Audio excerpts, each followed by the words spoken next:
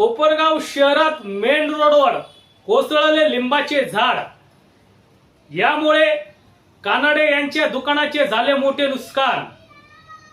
कोपरगाव शहरातील मेन रोडवरील विश्वरत्न डॉक्टर बाबासाहेब आंबेडकर यांच्या स्मारकासमोरील व्यापारी संकुलातील शिंदे सायकल मार्ट आणि कानडे यांच्या फुटवेअर समोरील भले मोठे लिंबाचे झाड अचानक आज 11 जुलै 2026 रोजी कोसळले।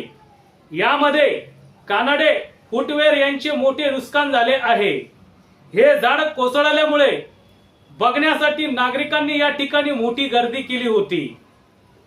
तत्काळ घटनेची माहिती नगर परिषदेला कळवली असता नगर परिषदेच्या वतीने अग्निशमक दल या ठिकाणी दाखल झाले। मात्र हे झाड खूप मोठे होते, ते झाड काढण्यासाठी क्रेनची आवश्यकता होती।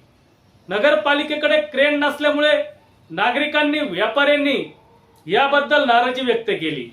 काही वेळानंतर या ठिकाणी मात्र क्रेन उपलब्ध करण्यात आला। या क्रेनच्या माध्यमातून या ठिकाणी सदरचे झाड कटिंग करून काढण्यात येत आहे। मात्र या ठिकाणी मोठ्या प्रमाणात नागरिक ही घटना पाहण्यासाठी गर्दी करत होते।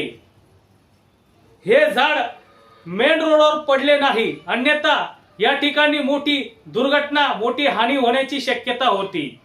सध्या क्रेनच्या सहाय्याने हे झाड काढण्याचे कामकाज चालू आहे।